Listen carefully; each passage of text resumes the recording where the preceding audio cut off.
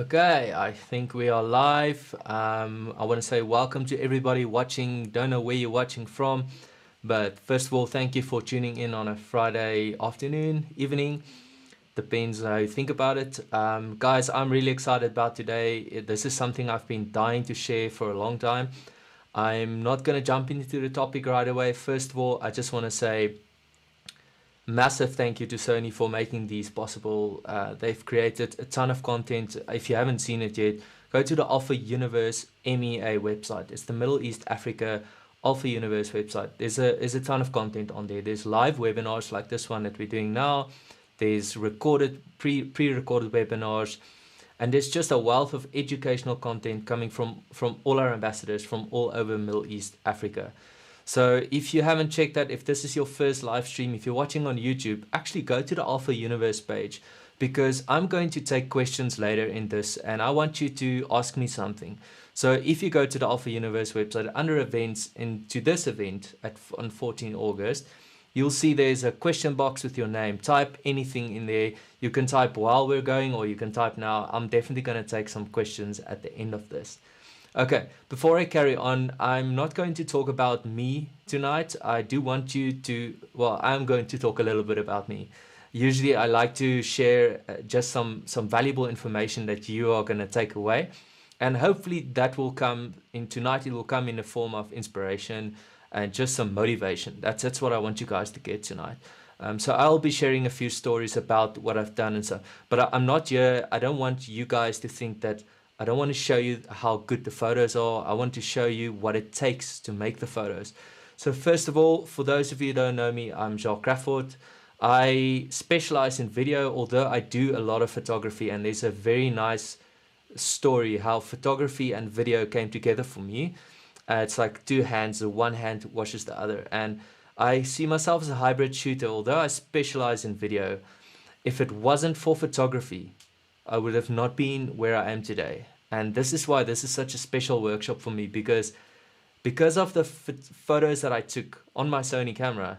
That's where my photo journey started, in case you guys don't know that. Like, my photo journey started when I got a Sony camera. I never took photos. I had all kinds of DSLR cameras, really good ones, but I was only shooting video on it. And then I got a Sony camera and got a water housing for it, because the water housing was really cheap, and I took some photos in water. And a few months later, I was like, wow, I can actually take photos now. So my journey started with photos. And because of that, I started posting on Instagram, and everything just kind of, the one hand washes the other, and it just kind of snowballed into what I'm doing now. And the photo world and Instagram community has just connected me with such an amazing network, and it's gotten me to the place where I am today. And today I would say majority of my work is video. I'd say 80%, 20%. But I do from time to time take stills projects, which, especially if it's something I'm really passionate about, then I'm going to take it. I'm very selective about the stills that I'm taking in. So today, what I'm sharing with you, before I carry on, before I go on, I want to talk to you about maybe if you guys want to have, if you are in the market of buying, okay, if you want to buy a camera, a Sony camera, if you want to buy a Sony lens, Sony's got an incredible promotional event going at the moment. It's been going on for months, but right now, if you want to buy, go to the website. I'm showing it on the screen here. It's www.cashbacks.co.za. Okay, if you go on there, you can read up all about the promotions they're running. But basically, if you use my promo code, which is Jacques09 for this workshop, you can get a 10% cashback on your Sony products. So there are a few exclusions. It's just on the FE 400mm lens, the 600mm lens, and I think the 20mm lens. And then obviously the A7S Mark III is at a launch price already, so that doesn't apply to the A7S III. But guys, yeah, if you're in the market of buying, this is a wonderful way to save some bucks. Okay, so let's get to the good stuff. Okay, I'm here to talk about behind the scenes, behind the shot. I want to share a few stories with you about some of my favorite photographs. Sometimes it's not the best photograph, but it's the story behind it that makes it really interesting. And the reason I wanted to share these stories with you is not to show how good the photo is, but to show what goes into some of these photos. Sometimes people look at a photo and they think, oh, cool, that's a nice location, you know, you got a lucky sunrise or whatever. And unfortunately, that's not the case. If you speak to a lot of landscape photographers, they'll quickly tell you. Sorry, I'm just checking over here. Okay, just checking for questions. If you go to any landscape photographer and you ask them about certain photos, they'll tell you that multiple times they had to go back to a location. They had to go back to that location because the weather conditions weren't right. Sometimes the clouds, it was just misted out, or there were no clouds. Especially no clouds is tricky for landscape photos. I'm just going to put my phone over here and then I can see the questions. Okay, so guys, yeah, the thing is there's a few stories that's close to my heart. The last one, I'm saving my favorite one for last because it's a defining moment for me. But let's start with the first one. So this is one of my favorite pictures I've ever taken. It's one of my favorite spots in South Africa also. So this is in Franschhoek in the Western Cape. I have done this hike maybe 10 times. This was the only time I got really good conditions like this. So what happened on this hike is that we went up and wanted to shoot at sunset, but as we were going up, it was just mist. Everything was misted. We were in the clouds. We couldn't see a thing. So there were brief moments where the clouds opened up a bit, and it was beautiful for what we were shooting video actually, for what we wanted to create, but it was still really not like, it wasn't like this, okay? And by the time it was getting ready for like golden hour, it was completely closed, misted out, and it was insanely cold. It was in the winter. So if any of you know Franschhoek, this area in Franschhoek gets snow like a lot in the winter, and it's one of the coldest areas. Sometimes the snow would lie on the mountain for a week, 2 weeks, just because it's so cold. So it was really cold and it was closed, and everyone wanted to leave. And I saw there was like maybe a little bit of light left, like sunset light. And I said, guys, let's just wait a bit. Let's just, maybe it'll open up. I remember it was really cold and it wasn't promising. It didn't look promising at all.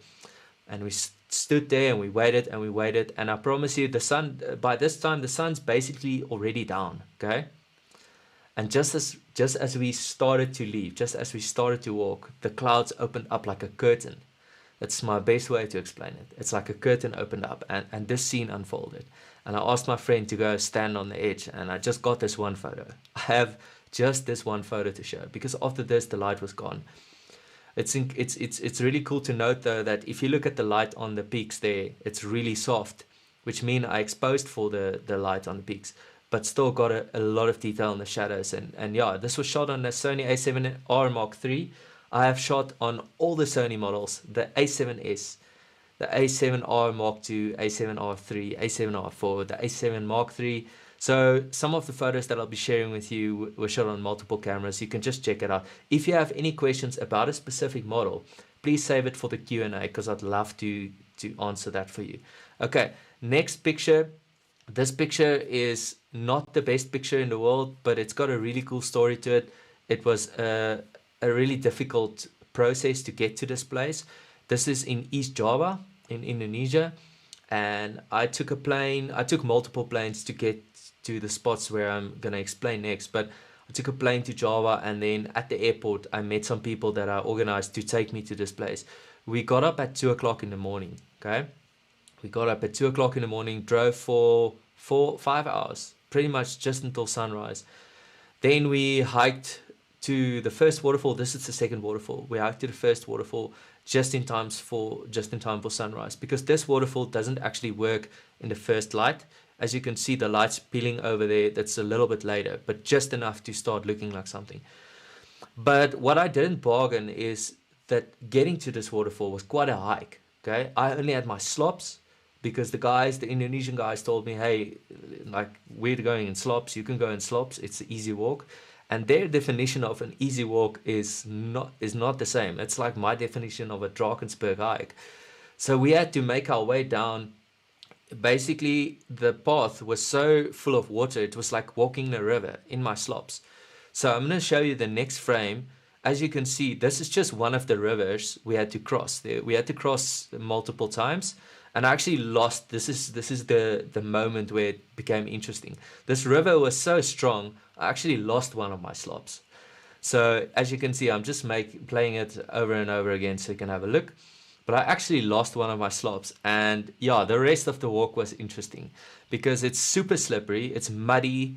As you can see, I'm quite wet already. My whole t-shirt, my bag, luckily I've got an f-stop bag and it keeps my gear dry, but I'm quite wet already because of all the spray from the waterfalls. Okay, the waterfalls just creating this insane amount of spray, so we were drenched. Okay, and this brings me to my point also about the Sony cameras. Okay, I've shot with Sony for the past 6 years. Okay, 2014 the A7S came out, I got it. I've never looked back. Okay, I've never once ever had any issues with my weather sealing, with the camera acting up, water, snow, rain, you name it. I'll actually show you guys an example. First of all, yes, yeah, you can see the entire waterfall. It's just incredible. It's called Tumpak Seu, something like 1,000 waterfalls. That's what it means, but just wet all over. The next frame, I'm just showing you the kind of conditions that I've shot in. You can see over here, this is on top of the amphitheater. And as you can see, I've actually put the sound off because the sound, you can hear the wind and everything. But the wind's gushing and snow is flying in your face the whole time. The photo on the right is actually a photo of me taken by my friend Jacques. He's also a Sony shooter, and he's actually done a interview with me on the Sony Alpha SA platform. So also go check him out.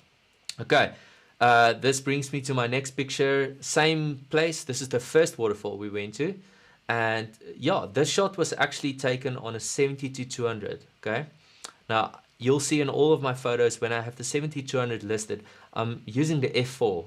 Okay, the G Master. I prefer the f4 over the 2.8, and I've been doing that for the past, I don't know, 5-6 years. I had a 2.8 and I sold it, and I got the f4, and the reason for that is because, especially for video and hand holding, it's really light. It's the perfect size for my hand. I just love the way it holds, so my wrists don't get sore. It's just perfect for hand holding, and also for stills. I've found that shooting on f4 and 2.8, you don't get that much more depth of field. So if you don't need that extra light, there's no reason to get a 2.8. Shooting on the Sony's light's not really an issue because you got that high ISO, especially on the A7 Mark III, A7S, incredible high ISOs. But even on the R, you can push the ISO. This was shot on the R2. As you can see, it was shot at ISO 1250. Okay. There's just another behind the scenes. You can see us walking to the waterfall, but same situation, just spray the whole time. I remember when I took my camera out to take a photo, I had like a second or two, and then the next moment my lens would be full of water. Then I would rub it clean, hold it under my jacket, and the next moment pick it up. It's like 2-3 seconds and it's full of water. So it's just to show you guys, that is the result that you see over there. It's just using a 70-200, I decided to shoot with a little bit of foreground, got some leaves there, and I just really like the compression that comes with the 70-200. I think this was on about 100 mil, more or less. Then the shutter speed, I like to shoot my waterfalls at a slower shutter speed. This is something I discovered only after shooting lots of waterfalls. You want the water to blur a little bit, not too much. So in this photo, you can see there's enough blur, but it's sharp enough to show the water falling there. It doesn't look like a long exposure. I have a long exposure example also, but when I'm shooting waterfalls in general, I like it to have a little bit of blur. So that is usually between 100 shutter speed and 320 shutter speed. Just in case you guys were wondering, I don't like it when it's too sharp unless you're going for that effect. Okay, this photo, now we're talking about a long exposure. The reason why I'm showing you this photo is because this was an 1/8 of a second shot, okay? And I took it with my hands. This was shot on the A7S2. It was when the A7S2 just came out. We went to Iceland, we shot the Northern Lights with it, 20,000 ISO. It was revolutionary at that time, just everything that came with it. And it was also about the time when the A7S Mark II came with IBIS. Okay, before I carry on, I just want to mention the A7S Mark III. Guys, if you haven't seen it, go check it on YouTube. Go check it on my YouTube channel. I made a video about it. We will be sharing some more content and behind the scenes and Q&As and stuff later, but yeah, just go check it out. But back to the S2, this photo was shot handheld. I didn't use a tripod because of IBIS, so I was able to actually shoot this with my hands, getting that perfect frame without having to put it on a tripod. And that is just something Sony's had this in their cameras for years.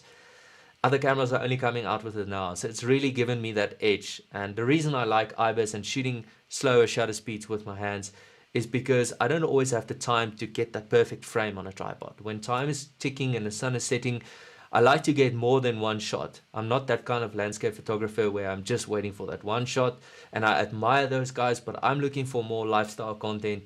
And in a situation like this, just being able to actually get it with my hands, yeah, 1/8 of a second, and it's super sharp. So I think that's awesome. Not bad for a 12 megapixel camera. Okay, this photo, again, Iceland, one of my best memories. I can tell so much about this picture. So if you don't know the backstory, yeah, this is basically in the dark. Okay, this, if you look at the ISO, it was at ISO 4000. I was shooting at f1.4 and the shutter at 100 because I had the guy, well, just walking up and down to get some slow-mo stuff, and then I decided to take a picture. Okay, and I wasn't expecting it to come out like this, but the thing about this is it was this wreck is obviously super famous in Iceland. So when you get there, if you go there in the middle of the day, there's hundreds of people standing there, all with their tripods or with their phones taking selfie sticks. You're not going to get a shot of the wreck. So there's only one way to get it, and that is to literally go in the dark or to sleep over. When we got here, there were two guys already waiting there with their sleeping bags. Okay, I'm not sure if they made it because it was so cold. It was so cold. I remember my fingers, it was like frostbite cold. Like, it was really cold. But just that's the only way we were able to get shots of this plane wreck at that time, because Iceland's super popular. This site's super popular, but we wanted to see it, and I thought I'll give it a shot. And just to note two things about the shot. If you look at the airplane, the inside, that's a LED light that I put in there to light up the inside of the plane. It just adds a nice effect to it. Then the headlamp of the guy is actually lighting up the plane in the front, and then there down on the ground there's another LED light I put there just to create a feeling that it's maybe that's the light shining from his headlamp. So it's just creating a nice effect, and it's something that I would always look back at this photo and think about how cold it was and how we had to walk back in the dark and just really freezing cold. And I'm really happy about this photo, just being able to shoot it at the high ISO, basically in the dark, and still get a moody photo like this. I think it's incredible. Okay, before I continue, I just want to mention again, if you are in the market to buy a Sony camera, if you have some bucks, you want to buy a lens or you want to buy a body, if you have questions about buying, please talk to me. Go into Q&A now. There's a question box on the Alpha Universe website. If you're watching on YouTube, go to the question box and ask me, and I would love to answer your questions after this. Okay, so use my promo code. It's Jacques09. It's on cashbacks.co.za. Go check it out. It's really worth doing in the time that we are in. And there's also some other promotions, especially on the A7S III, if you are looking at pre-ordering. So I would definitely recommend that. Go check it out. Okay, next we have got this photo. Okay, I love shooting wildlife. Okay, if I had more time and I didn't have to do the projects that I do, I would probably just hang out in the wild, like Marlon de Toy and Richard de Gouveia. I don't know if you guys know them, but go follow them, Marlon de Toy and Richard de Gouveia. They're also on the Sony Alpha SA page, but super inspiring. Just their wildlife images are incredible.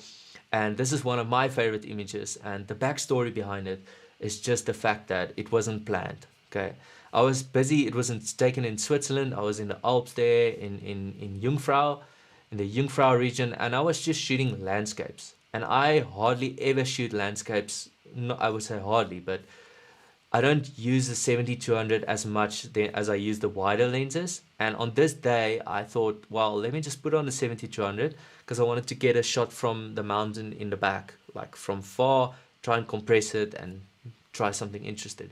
And as I set it up, This guy came out of the grass right in front of me. As you can see, this is 70-200. I got really close, okay? And he was so shy. And I remember feeling the rush because I love foxes. I really, really love foxes. And this was the first fox, like a real fox, not like a jackal in South Africa. This was the first real fox that I saw. And I was so stoked. And I remember picking up my camera and just bursting, and I got the shot. The next moment he disappeared. He was really shy. As you can see, he's like ducking down. For me, that was just a really good memory to be able to capture this moment with the 70-200. And yeah, it's just having the lens on at the right time. I was really happy to be able, because if I wanted to change lenses, by the time he would have run away. So it's a really cool memory. Okay, next photo. This is one of my favorite spots in South Africa. Before I talk about the photo, I'll just say where. Get a lot of questions about this. This is in Jonkershoek in Stellenbosch. Okay, in the Stellenbosch Mountains, the Jonkershoek Nature Reserve. You go to the panorama route, you get to the spot. I've been there, maybe 10 times. Okay, I've been there many times. This was the first time and the only time I got conditions like this, where I actually got the low cloud. And it takes a very specific weather conditions to get this, okay? It has to be incredibly hot the day before, and there has to be no wind, and that causes this, okay? Only, I don't know why, but if it's really hot the day before and there's no wind at night, this is one of the things that happen. So I was really happy with it. The reason I'm showing you this photo is because of the dynamic range, okay? Taken with the camera. If you look at the foreground, I'm actually going to quickly show you just, okay, first of all, the sun is not coming up at the right place, okay? This was shot in summer, okay? In the summer, the sun is more to the right of the frame, and in winter, the sun comes up straight in the middle of the valley. I was there again now with the A7S Mark III, and we got the sun straight in the middle, and it's just lights up the whole valley, okay? But in this time of the year, in that time of the year in summer, you get the light coming over from the right side, which causes rays, but not in this case. It wasn't really nice clouds or anything, but the low cloud makes up for it, okay? But that makes it incredibly difficult scene to expose, okay? Because I wanted to put a person in a shot. I wasn't going to shoot an HDR or bracket the shot. I wanted to have a person. And here's just a shot where you can see just where she's walking. As you can see, it's really dark in the shadows, and yeah, the sun's already bright out. So the reason I'm showing you this is because, I want to show you the dynamic range, and I want to show you how I actually shoot those shots. When I have a person in the shot, I always make them move. You don't just tell the person, go and stand there and stand. Sometimes it just looks fake. It doesn't work, okay? So if you want a really good, like natural feeling, real looking shot like this one, you got to have your model or your person or your friend, whoever, you got to tell them to actually do something. Okay, so like stand around, so like walking up, looking left, looking right, because that's when the hair moves. If you can see in this shot, I had her looking from right, stopped. Okay, guys, sorry about that. It looks like the stream stopped for a second. Let's just carry on where we left off. It's just to have that motion, and I always encourage my models to walk a little bit back, do some variety of movements. Okay, and then just to show you the before and after, this is the before. I had to expose for the background and the sky, because otherwise it would have been blown out completely. And as you can see there, we've got the before and after, before and after. And I just really love the fact this is shot on the A7R Mark III. Yes, I just really like the fact that you can push that shadows and look at all that definition and colors still coming out of the image. Okay, so that's something that I'm really stoked with. It's just the dynamic range of this camera, being able to expose for the highlights and just bring it back. If you look at the highlights and the shadows, you'll see there's virtually nothing happening. I just added some more color. Okay, next up is this picture. This is one of my favorite pictures for a bunch of reasons. This is where my adventure journey started. It was on a hike. I decided to take my Sony camera. It was the A7R Mark II and a 35mm lens on a hike. it was not an easy hike. It was a 4-day hike. It's the Magubus Kloof hiking trail. I carried my drone with me and all my food, my clothing, my sleeping bag. So at that time it was quite a stretch for me to actually do that, to carry my camera gear and all my food. It was heavy. My bag was heavy, and this was the second last day. So it was the day before we finished, and we just made some coffee and lit the fire, and I wanted to get some lifestyle shots. And yeah, first of all, just big ups to my friend John de Villiers, because he actually carried that little guitar with him, and he's a brilliant musician. But yeah, the interesting thing about this shot is just if you look at the fire, there's some sparks coming out. So we actually threw rocks at it while I was taking pictures. So one of my friends was throwing rocks at it, and I was just taking my pictures just to get that the coals going, to light up. And it was shot at the shutter speed that's not too fast and not too slow. The shutter speed that was too high, the fire is too crisp, and the way the coal and the lights moving was too crisp. And if it was at a lower shutter speed, it's too blurry. So I was playing with the shutter speeds, and I found something I really like, where the fire is looking natural, still getting that nice sun flare coming in. So yeah, just an image I wanted to share with you guys. Very special, close to my heart, this because this hike is where everything started for me. So my travel journey started, my adventure journey, all on this hike. Okay, this photo, again, another incredible story, awesome time in the Drakensberg. I'm just going to go over here. This was shot on the A7R Mark II in the Drakensberg. This was round about the time when I really started exploring the Drakensberg. If you guys haven't been there in South Africa, I hope you are all watching from South Africa. If not, please go and visit the Drakensberg. But this is incredible, okay? This is not a drone shot. I was actually standing here, okay? Just to show you guys, there's a little behind the scenes. I was actually standing here, okay? And to be able to witness a scene like this, yeah, it's just mind-blowing, okay? The reason I'm showing you this photo is because, like with the first photo I showed you guys with the mist, this was a similar situation, okay? But now we're adding the dramatic lightning, the scary lightning that the Drakensberg has. It's actually one of the biggest causes of it's the biggest cause of death in the Drakensberg. Is not the cold, not the wind, not the people falling. It's lightning. It's really dangerous, okay? And this was in summer, so lightning storms every day. After 3-4, the lightning comes up, there's thunderstorms, and this was the moment where I had to decide, am I going back to the tent, or am I going to wait for the peak to clear up, the mist to clear up? And I remember standing there getting glimpses but not getting a clear shot like this, and my buddy's calling me back, Jacques, we gotta go, man, we gotta go back. And I waited just like 5 more minutes, and it opened up for a brief period. I was able to get a shot, and then I ran back to the tent, and there was a lot of lightning going and some scary stuff. But yeah, just again showing what it means to persevere, and sometimes just even if there's no lightning, just waiting for the weather, just being ready. So I was ready. I had my settings ready. I was waiting for that moment. I had a frame more or less. Sometimes if you look at the video, you'll see there's brief moments where the mist is kind of in front of the tower. But when the moment was right, I took my picture, and I was really happy with this frame. Okay, this photo, yo, guys, I can tell you many stories about this. This is actually one of my favorite pictures I've ever taken.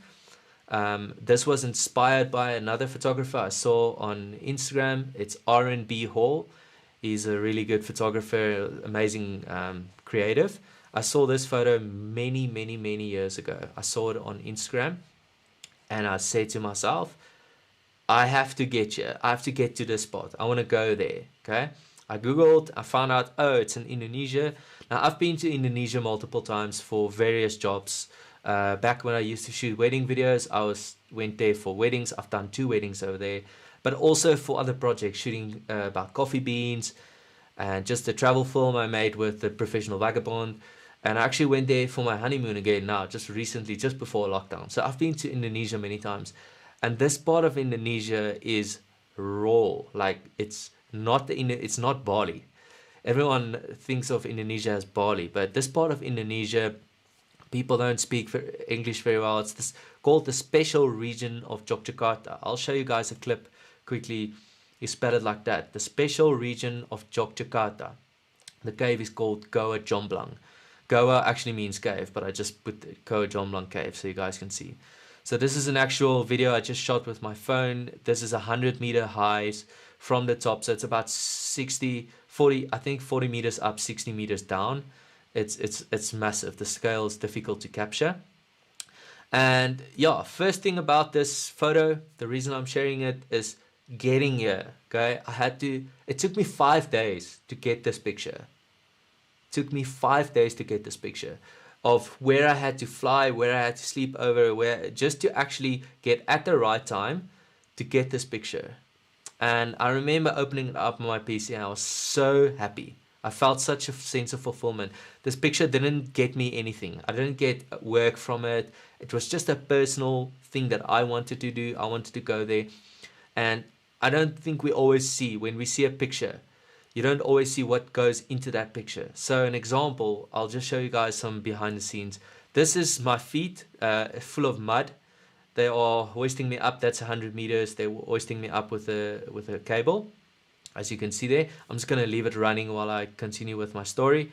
But basically, just to get to this cave, getting down there in the mud, it's super, super humid and hot. I remember I was sweating so much, the sweat running down my face. It looks glamorous in the picture, it looks awesome, but it's not the best conditions. It's really humid and hot down there, and it's super muddy, so I kept slipping. My arms, everything was full of mud.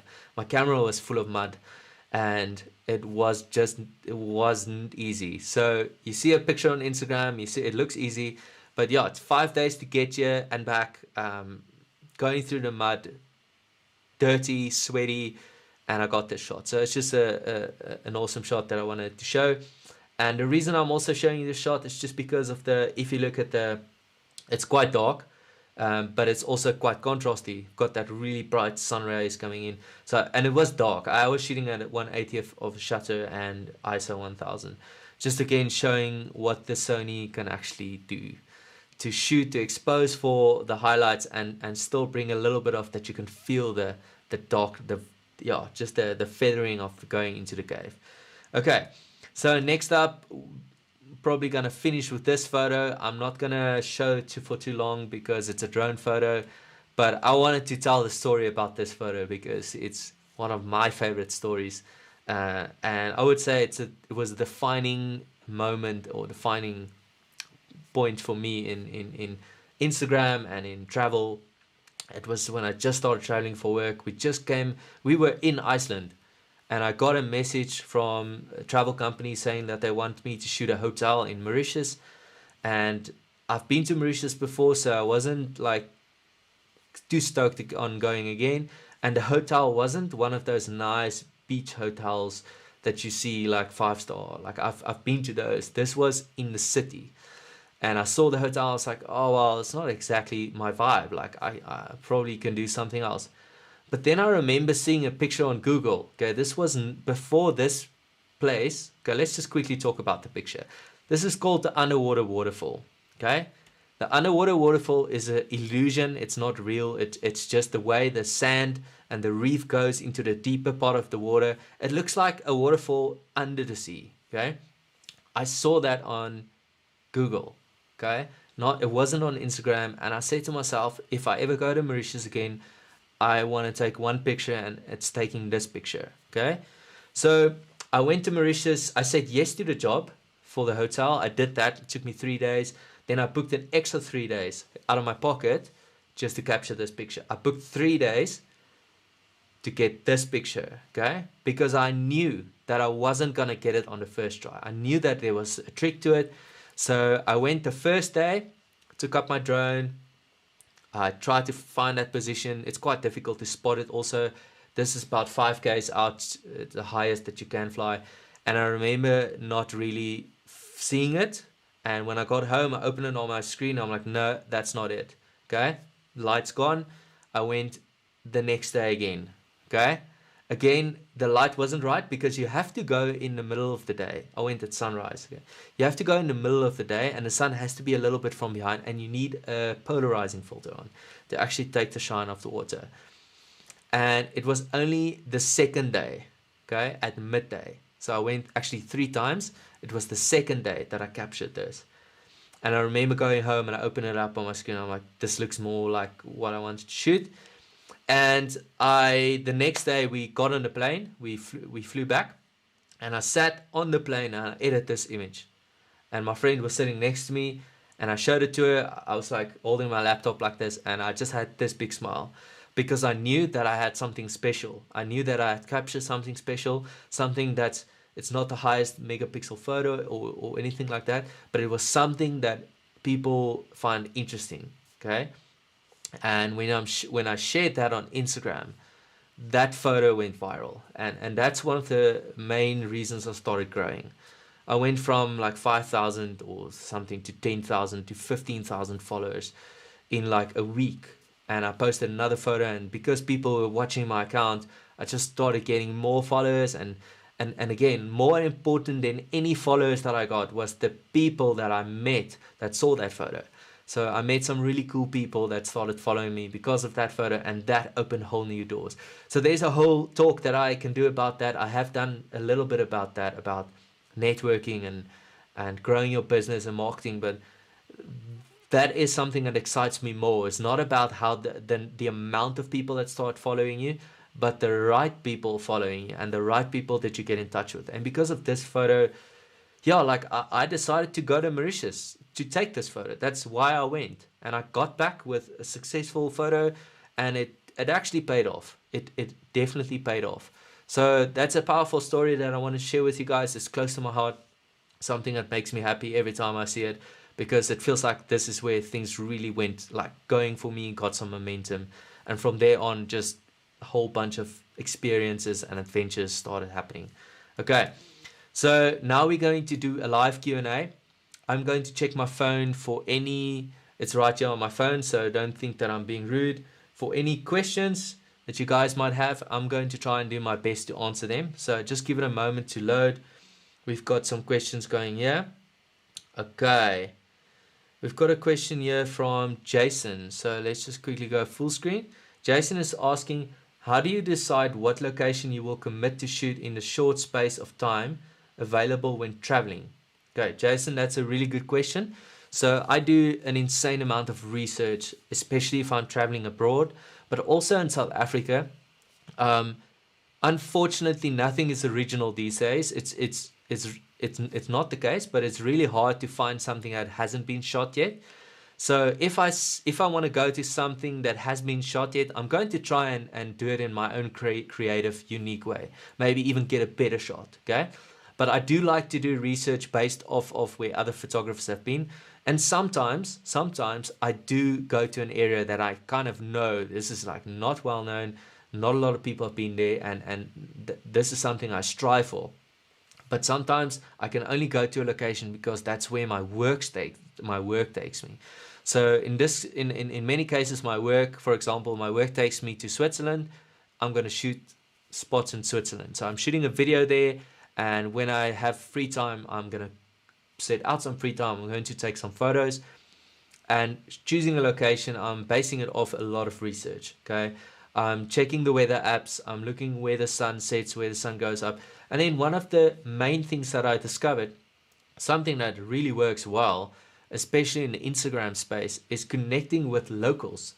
And like I explained in my Indonesia picture, or the Indonesia pictures, I actually met up with local photographers, and they were kind enough to take me to some of the spots and tell me the ins and outs. Sometimes there are ins and outs that you can't research, only the locals know it.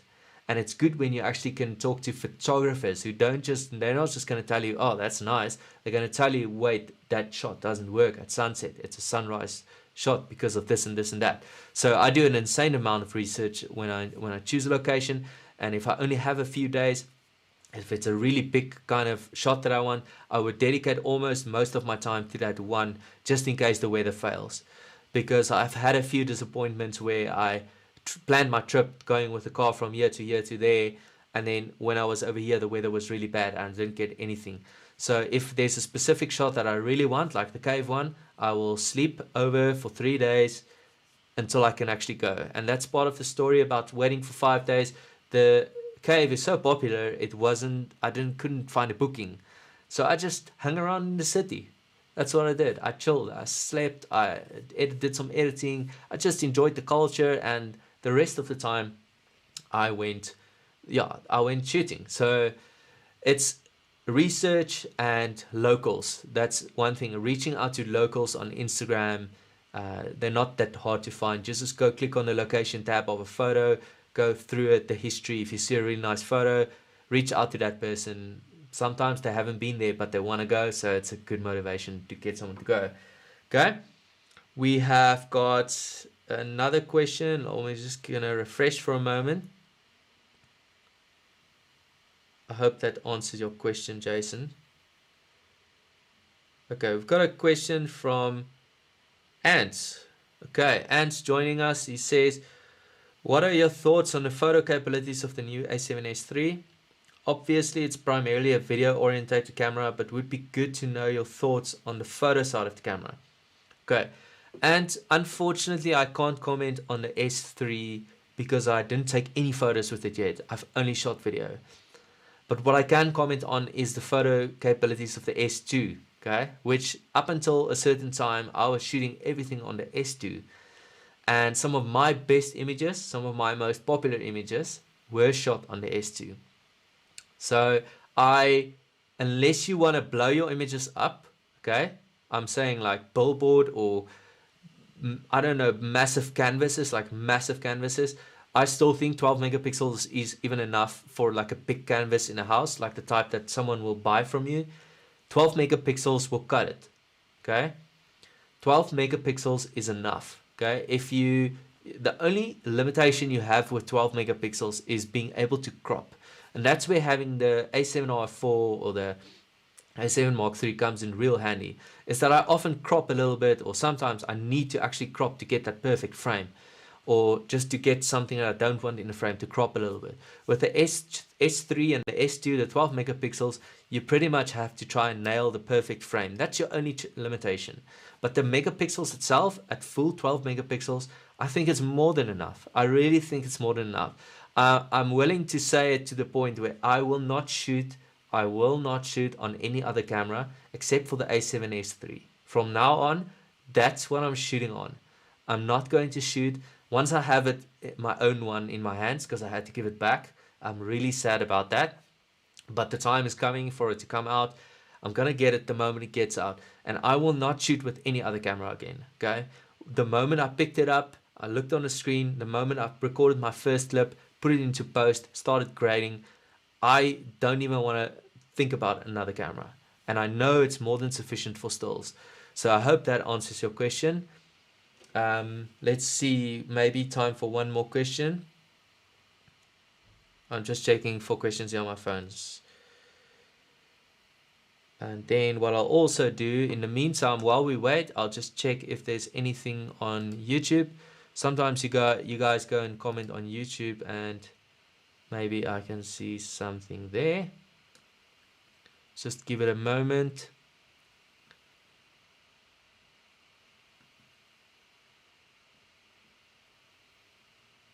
Okay, so we've got a question over here from Scott Martin. Let me just copy and paste it. Sorry guys, give me a moment. I want to answer this question as well. Okay, we've got a question from Scott Martin on YouTube. He's saying, I currently shoot Nikon and have a full setup, 2 bodies, lenses, etc. Any advice on smart business decisions on how to sell my current setup and to make the switch to Sony? Okay, that's a tricky one. Scott, dude, I'm going to try my best, give you my best attempt at an answer. For starters, I would sell at least everything, all the Nikon stuff, and actually buy a S3 at least with one lens. Okay, the 24-70mm is something that I feel like is so versatile. For someone who swears by primes, I've been using it so much lately. I'm actually on the fence. whether I still want to do primes all the time, because having shot this no limits film, I use the 2470 and the 70-200, but the majority of the entire video was shot on the 2470. So I would say just at least see if you can get the S3 and one 2470 lens, because that will take you so much further. Yeah, it's just the quality. If you guys go and watch on YouTube, there's so many videos out now where they compare it to other models. I don't want to bash other brands, but where they compare it to other models, and it is coming out as the clear winner. It's ahead of its time. It's the king. It's the king of low light. It's the king of dynamic range, the king of high frame rates without overheating. So that alone should be a motivation for you to try and maybe sacrifice a lens for now until you get to the point where you can get another lens. But temporarily, I'm not sure exactly how much you need a longer lens, but I think a 2470 will suffice. So that's the short of it. I hope that answers your question. Do whatever you can to get your hands on the S3. Also pre-order if you can, because I know they're flying out fast. So yeah, man, I hope that is it for you. So guys, with that, I'm going to wrap up. I don't see any more questions. I'll just have a look, but I don't see any more questions here. So I'm going to, yes, that's it. Okay, I'm going to wrap it up. Yeah, just want to remind you, alphauniverse.mea, that's the Middle East Africa website. There's webinars, pre-recorded webinars. Don't make the mistake of thinking that you missed an event. You can actually go to past events and go check it out. Okay, also go to the YouTube channel, Sony Middle East Africa. There's tons of content on there, stuff that we've been doing since the start of lockdown. So if you have some time to spare, go check that out, the Alpha Universe. Guys, thank you so much for watching, giving up a Friday evening, afternoon. I wish you all the best, stay safe, and be lekker.